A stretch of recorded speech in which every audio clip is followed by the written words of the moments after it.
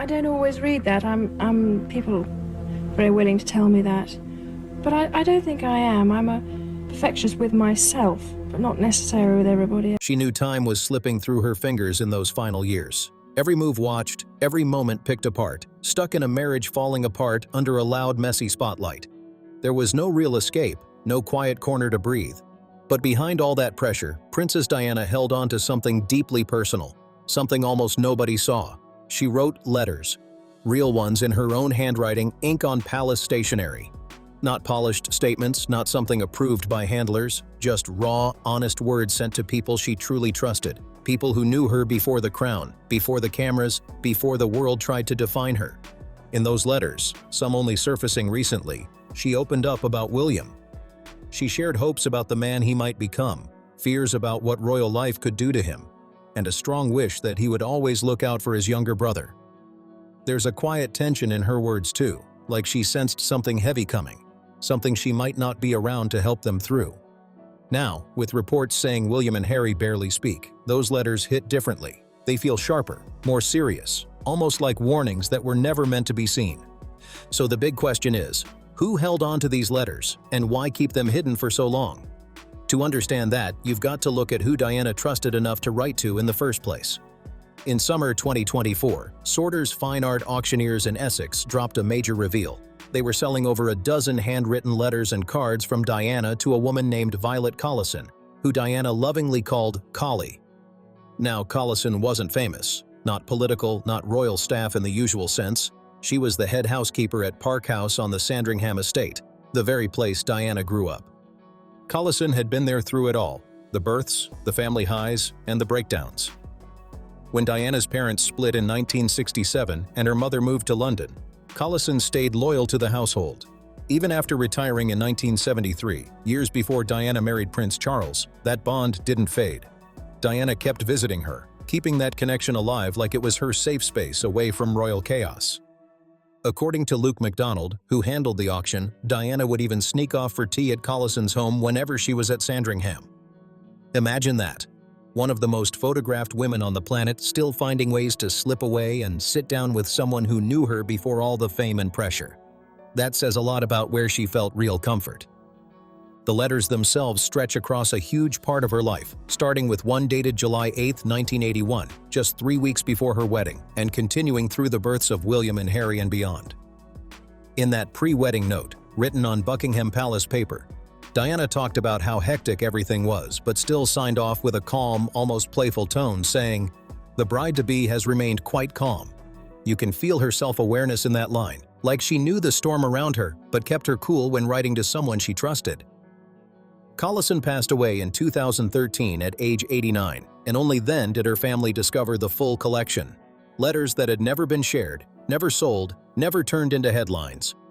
In a world where anything tied to Diana could explode in the media, these stayed locked away for decades. That silence makes them even more powerful. When the collection finally went to auction on July 30, 2024, it sold for £51,850, nearly 10 times what experts expected. One letter alone, written in September 1984 about newborn Harry on Kensington Palace stationery, pulled in £13,000. The auction house described them as deeply personal, the kind of insight you'd never normally get unless you were inside royal walls. And Collison wasn't the only one holding on to Diana's truth. Another set of 32 letters to close friends sold earlier in 2024 for £145,550. Then there were letters to Cyril Dickman, a longtime Buckingham Palace steward and one of Diana's closest confidants, auctioned back in 2017. These aren't rumors or tabloid spins, they're verified, authenticated documents, written by Diana herself and confirmed by major outlets like CNN and the BBC. What makes them hit even harder is that these are her unfiltered thoughts. No edits, no royal spin, just her voice as it was. And when it comes to William, what she wrote is nothing like the polished public image people are used to seeing. One of the most emotional letters in the Collison collection is dated September 25, 1984, just 10 days after Harry was born. Writing from Kensington Palace, Diana thanks Collison for a gift, but then shifts into something way more personal. She talks about William, not even 2.5 years old yet, and how he reacted to his baby brother. In her own words, she describes how William adored Harry, constantly hugging and kissing him, so much that their parents could barely get near. She called it wonderful to watch, and you can feel the pure joy in that moment, like she was just a proud mother soaking it all in, not a princess under pressure. She echoed that same feeling in letters to Cyril Dickman too. In one dated March 2, 1985, she again talks about William's endless hugs and kisses for Harry, barely letting anyone else close. Dylan Mander, the specialist who handled those letters, said it's incredibly rare to see such a personal side of Diana captured so clearly. In another letter, she even admits how overwhelmed she felt by the world's reaction to Harry's birth. The attention, the flowers, the constant wave of public excitement, it left both her and Charles almost breathless. It's the voice of a young mother caught between joy and pressure, trying to take it all in while the world watches every move. These letters don't just tell stories, they reveal emotions, instincts, and moments that were never meant for public eyes. And now that they're out, they change how everything looks. Diana also shared small, almost ordinary moments about William that now feel way more emotional when you look back at everything that happened later. In a Christmas letter from that same year, written on Kensington Palace stationery, she talked about sending gifts to the boys, but not without a little frustration. She wrote that William had already found the presents and jumped straight into unwrapping them before she could stop him. She added, almost joking but clearly real, that she herself could never wait until the proper day to open gifts either, and it looked like William had picked up that exact habit from her. It's a tiny detail, but it hits hard because it shows how normal those moments were, how real their bond felt away from all the royal pressure. Royal photographer Arthur Edwards, who reviewed some of these letters during the Collison auction, pointed out just how close William and Harry were as kids. He described them as completely inseparable, always together, always side by side, doing everything as a pair. Then he paused and said something that stuck with people. "It's no longer like that, I'm afraid." That one line carries weight, especially coming from someone who actually watched them grow up. And then there's Diana herself, putting her feelings into words in a way that feels direct and powerful. "I love my boys to death," she wrote, a simple sentence but full of emotion. But the letters that hit the hardest aren't about holidays or playful moments. They're the ones from her final years, when she knew time might not be on her side and she had something urgent to pass on. In January 2020, Paul Burrell, who worked as Diana's butler from 1987 until her death in 1997, revealed a photo of a private letter she had written to him. He shared it right after Prince Harry and Meghan announced they were stepping back from royal duties, saying the message still felt just as powerful decades later. In that letter, Diana spoke directly about her sons, making it clear how deeply she loved them and what she hoped they would carry forward. She wrote about the values she tried to plant in them: empathy, strength, understanding, and how she believed those qualities would guide them through life. One phrase stood out more than anything: "the seeds I've planted." That line feels heavy now, especially knowing she wouldn't be there to see how those seeds grew. Diana died when William was just 15 and Harry only 12. She wasn't there for their teenage years, their university experiences, their relationships, or the huge public roles they would step into. Everything she tried to teach them had to live on without her, which makes those letters feel less like memories and more like a kind of roadmap she left behind. In another letter Burrell later shared, Diana wrote a line that really caught attention. As he went through her old notes, one sentence jumped out instantly. In her own handwriting, she wrote, "I would like to look up and laugh and love and live." It sounds simple, but given everything she was dealing with, the pressure, the public scrutiny, the breakdown of her marriage, it reads like a bold decision to choose joy anyway. It also shows what she wanted for her sons, not just duty or responsibility, but happiness, love, and a full life. In a 2020 Instagram post, William shared that he had come across that exact letter while sorting through old papers. He said that line completely stopped him, and he felt it captured what his mother would have wanted for Harry and Meghan as they moved into a new phase of their lives. This moment stood out because William rarely shares specific quotes from Diana's private letters. The fact that he chose to do it, especially during a time when the family dynamic was clearly tense, says a lot about how deeply her words still affect him. But the story of Diana's letters doesn't stay warm or reflective. It takes a much darker turn. On October 30, 1995, nearly 2 years before her death in a Paris tunnel, Diana had a private meeting with her lawyer, Victor Mishon, and her secretary, Patrick Jeffson. What she said during that meeting was serious enough that Mishon immediately wrote it all down. That document became known as the Mishon Note. In it, Diana claimed she had been warned by sources she trusted, though she didn't name them, that there were plans to get rid of her. She feared a staged car accident, possibly involving brake failure, that could either end her life or make her appear unstable. She even pointed to a rough timeline, saying something could happen by April 1996. Then, less than 2 years later, on August 31, 1997, Diana died in a car crash in the Pont de l'Alma tunnel in Paris. Her partner, Dodi Fayed, and driver Henri Paul also died in the crash. Reports later confirmed the car was traveling at very high speed while being chased by paparazzi, and the driver had alcohol and medication in his system. Just weeks after her death, on September 18, 1997, Mishon met with Metropolitan Police Commissioner Sir Paul Condon and shared the note. Instead of being widely circulated, it was locked away in a safe and stayed there for 6 years.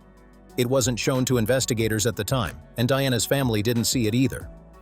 The note only came into public view after another letter, this one written by Diana to Paul Burrell in October 1996, was published in 2003. In that letter, written just 2 months after her divorce from Charles, Diana described her life as being in a dangerous phase. She again mentioned fears of a planned car accident. When Burrell included that letter in his memoir, it pushed the Mishon note into the spotlight. That led to Operation Paget, launched by the Metropolitan Police in January 2004 to fully investigate the circumstances around Diana's death. After a long and detailed review, the final 832-page report was released in December 2006. The conclusion was firm. There was no conspiracy to murder Princess Diana. The crash was ruled the result of a driver under the influence, speeding while being pursued by paparazzi. Still, one detail stands out in a big way. According to Lord Stevens, who led the investigation, William and Harry didn't even know about the Mishon note for years.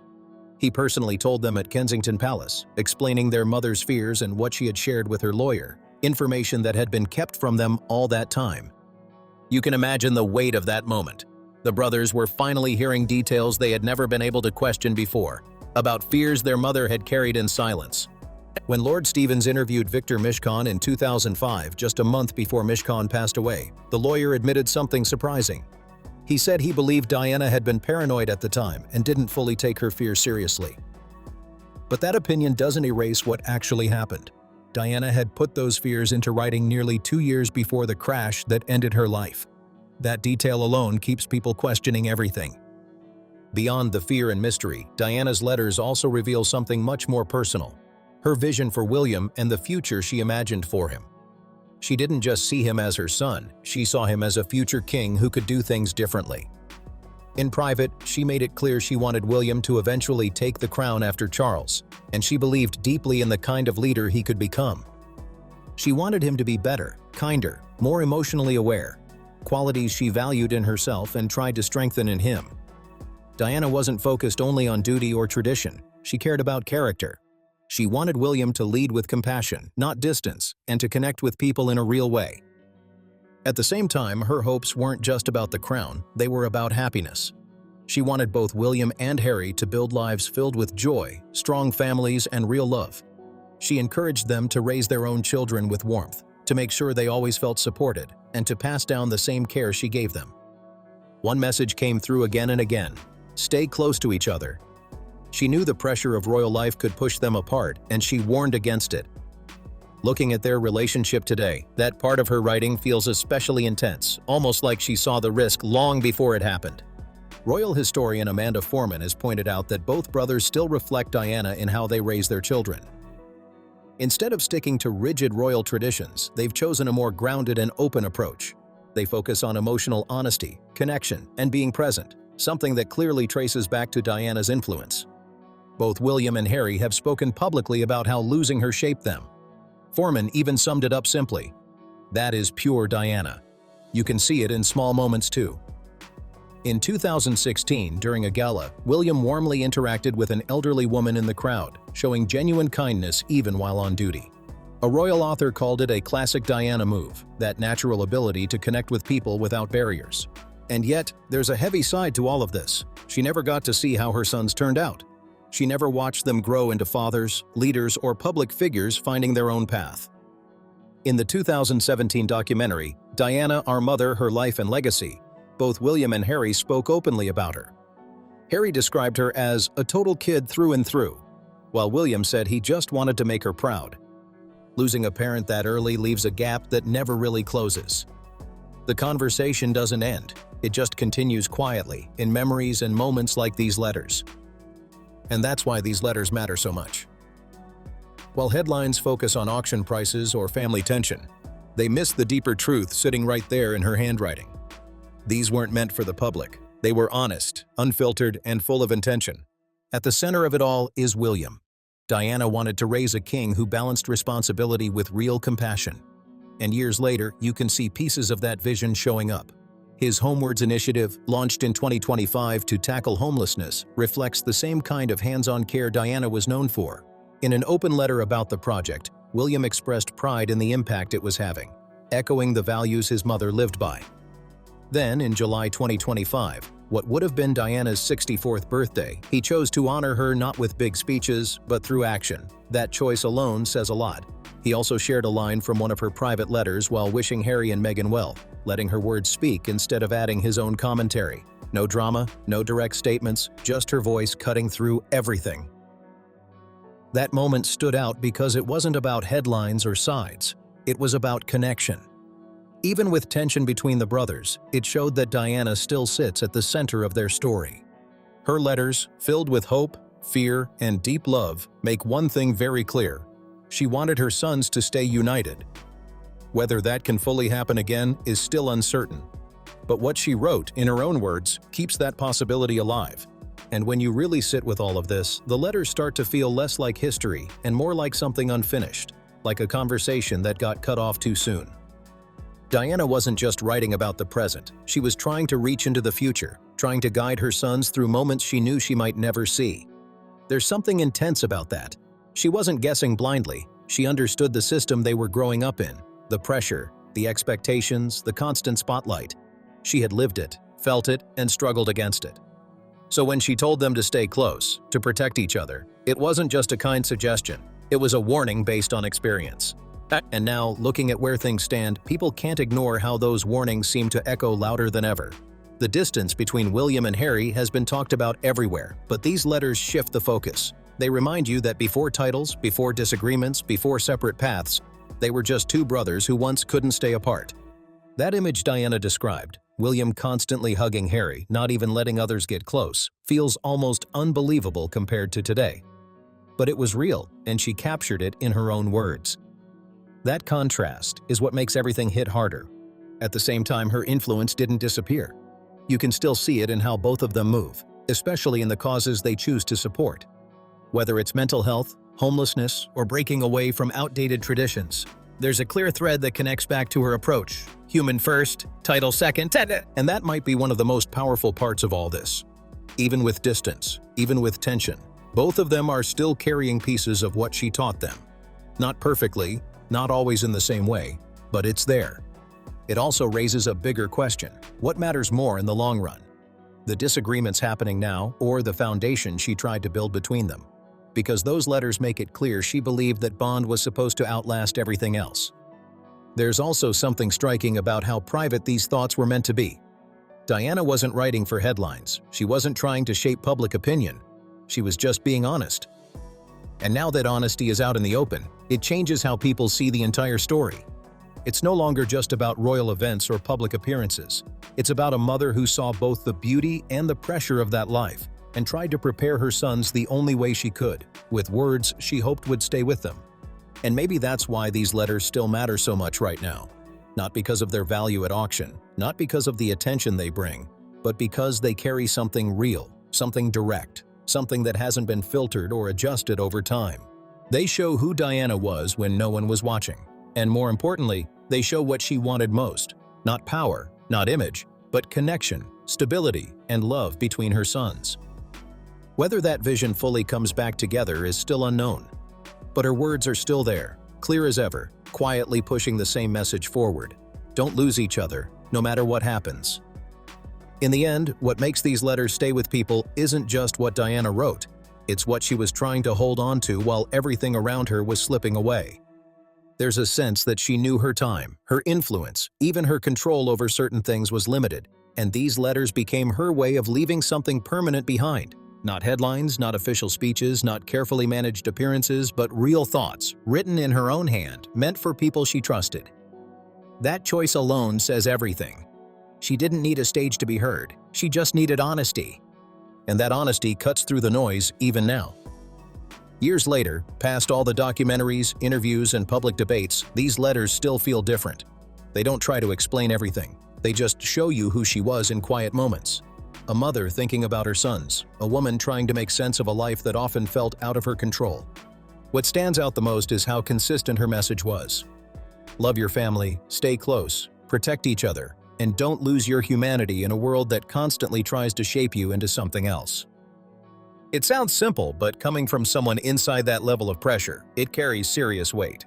And even though so much has changed, that message hasn't aged at all. If anything, it feels more relevant now. The world is louder, faster, more divided, and the kind of connection Diana was pushing for feels harder to maintain, but also more important. You can see traces of her influence in both William and Harry, even if their paths don't fully align anymore. It shows up in how they speak about mental health, how they approach their roles, how they try, each in their own way, to make an impact beyond tradition. That didn't come from nowhere. Diana didn't just raise princes, she raised individuals who understood emotion, vulnerability, and the importance of being real in spaces that often reward distance. That's not something easily taught, and it's definitely not something easily forgotten. But at the same time, her letters also leave behind a quiet tension. Because for all the hope she poured into them, there's still that question hanging in the air. What happens when the people you believed would always stay close start to drift apart? That's the part no letter can fully control. Life moves, people change, pressures build, and even the strongest bonds can be tested. Diana seemed to understand that risk, which is exactly why she kept coming back to it again and again in her writing. She wasn't just expressing love, she was reinforcing it, almost like she was trying to protect it in advance. And maybe that's why these letters feel so powerful today. They don't just tell a story from the past, they actively challenge the present. They force people to look at what was, what is, and what could still be repaired. Because underneath everything, the titles, the expectations, the distance, there's still a shared history that can't be erased. Two brothers, one mother, and a bond that started long before the world had an opinion on it. Diana's voice, preserved in those handwritten pages, keeps pointing back to that simple idea. Not perfection, not agreement on everything, just connection. And maybe that's the real reason these letters surfaced when they did. Not by accident, not just as historical pieces, but as reminders. Quiet, personal reminders of what mattered most to her. They don't demand anything, they don't take sides, but they do something more subtle, and maybe more powerful. They linger. They sit in the background of everything that's happened since, quietly asking the same question over and over again. What would she have wanted now? And even without a direct answer, her words make one thing clear. She wasn't focused on legacy in the way people often think. She wasn't trying to control how she'd be remembered. She was focused on something much closer, much more human, and much harder to maintain over time. Keeping her family together. That was always the goal. And through these letters, through every line filled with care, concern, and hope, that goal is still alive, still visible, and still waiting for its final outcome. Those letters were never truly lost. They were just waiting for the moment when people would finally understand what she was trying to say.